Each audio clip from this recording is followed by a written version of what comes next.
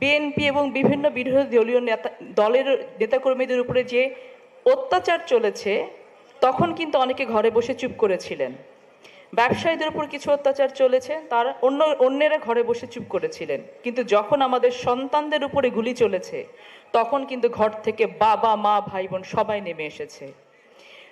আরেকটি বাংলাদেশ, যেই বাংলাদেশে কোনো সন্তানের উপরে গুলি চলবে না, সেই বাংলাদেশ তৈরি করা কিন্তু খুব সহজ বিষয় না।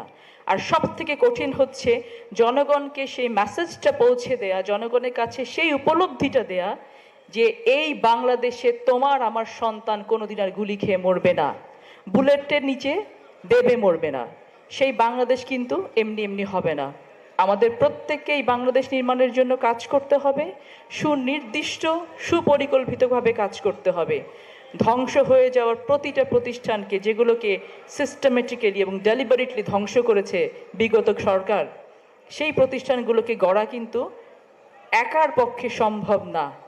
এবং আমরা যদি প্রত্যেকে এক হয়ে কাজ করি, আমার মনে হয় যে সেই দিন খুব বেশি দূরে না, যেটা সকাল থেকে এই পর্যন্ত আমরা শুনেছি, যেই বাংলাদেশ গড়ার স্বপ্ন আমাদের শহীদ প্রেসিডেন্ট জিয়াউর রহমান দেখেছিলেন, আমাদের দেশনেত্রী বেগম খালেদা জিয়া দেখেছিলেন, এখন আমাদের ভারপ্রাপ্ত চেয়ারম্যান জনাব তারেক রহমান দেখছেন।